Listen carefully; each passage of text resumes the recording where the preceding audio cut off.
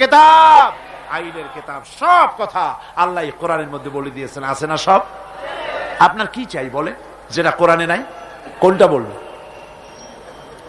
এ কোরআনের ভিতরে দর্শন আছে, ফিলসফি আছে, বোটানি আছে, জুলজি আছে, পলিটিক্যাল সায়েন্স আছে, মেডিকেল সায়েন্স আছে। এর ভিতরে আপনার খতত্ব আছে, ভূতত্ব আছে, নৃতত্ব আছে, এর মধ্যে সব আছে। মেয়ে লোকের কথা আছে, প্রতিবেশীর কথা আছে, মা বাপের কথা আছে, শ্রমিকের কথা আছে, সাদা কালা মানুষের কথা আছে। এক কথায় মানুষের জীবনে যা দরকার সব কোরআনে আছে। জোরে কোন সুবহানাল্লাহ। আছে কিনা? পিঁপড়া থেকে শুরু করে হাতি পর্যন্ত সব আছে। পিঁপড়ার নামে সূরা একটা আছে না? নাম কি? নাম। আর হাতির নামও সূরা আছে, নাম কি? ফিল। বরং পিঁপড়ার সূরাটাই বড়। আবার লোহার নামে সূরা আছে, মাকড়সার নামে সূরা আছে, মধুমক্ষিকার নামে সূরা আছে। এই পৃথিবীর অর্ধেক জনশক্তি নারী, সে মেয়ে লোকের ব্যাপারেও সূরা আছে। আছে কিনা কোন? এসব কথা আমি আগামীকাল বলবো ইনশাআল্লাহ। আল্লাহ পাক বলেন তিবিয়ানান লিকুল্লি শাই, খুলে খুলে সব কথা কোরআন শরীফের মধ্যে আমি বলে দিয়েছি। সুতরাং মানব রচিত সব মতবাদ ছেড়ে দিয়ে মানব রচিত সব মতবাদ দুপায়ে দোলে আসতে হবে কোরআনের ছায়াতলে। কোথায় আসতে হবে? কোরআনের ছায়াতলে আসতে হবে। সব ভুলে যেতে হবে, সবকিছু অন্ধকার, আর ইসলাম হলো নূর। এই পৃথিবীতে আপনারা আমাকে বলেন, সমাজতন্ত্র আল্লাহর তৈরি না মানুষের তৈরি? পুঁজিবাদ আল্লাহর তৈরি না মানুষের তৈরি? ধর্ম নিরপেক্ষতাবাদ আল্লাহর তৈরি না মানুষের তৈরি? কমিউনিজম আল্লাহর তৈরি না মানুষের তৈরি? জাতীয়তাবাদ আল্লাহর তৈরি না মানুষের তৈরি? আর ইসলাম কার তৈরি বলেন? এ কোরআন কার তৈরি বলেন? এই কোরআন শরীফের ভিতরে আল্লাহ রাব্বুল আলামিন গ্যারান্টি দিতেছেন, ফামান তাবিআ হুদায়া ফালা খাউফুন আলাইহিম ওয়ালা হুম ইয়াহজানুন। এই কোরআন যারা মেনে চলবে তাদের জন্য কোনো ভয় নাই, তাদের জন্য কোনো চিন্তা নাই। আলা খাউফুন আলাইহিম, ভয় নাই, চিন্তা নাই। কিসের ভয় নাই, কিসের চিন্তা নাই? কোরআনের আইন যে দেশ মানবে, কোরআনের আইন যে দেশ, যে রাষ্ট্র, যেই জনগণ মানবে, তাদের জন্য খাওয়া পড়া, শিক্ষা, চিকিৎসা, বাসস্থানের চিন্তা থাকবে না।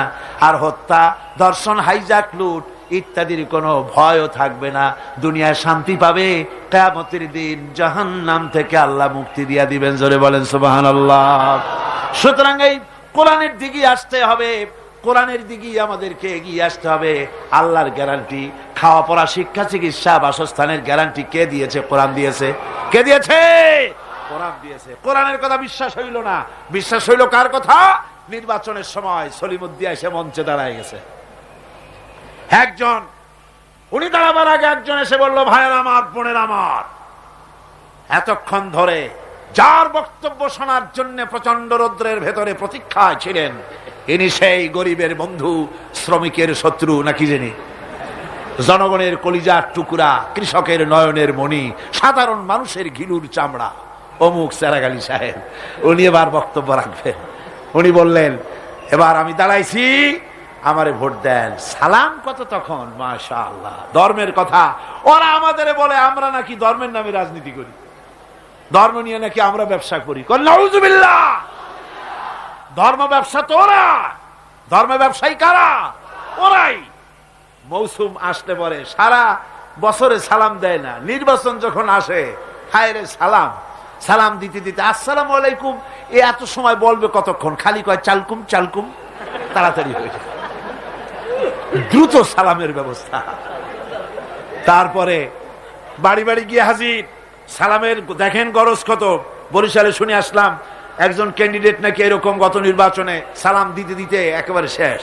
তারপরে রাতে বাড়ি ফিরতেছে ক্যানভাস করে, রাত্রিবেলায় যাওয়ার সময় রাস্তা দিয়ে যাচ্ছে, সাথে লোকজন আছে, সামনে দেখে রাস্তার উপরে একটা মানুষের মতো, কয় আসসালামু আলাইকুম, জবাব নেই।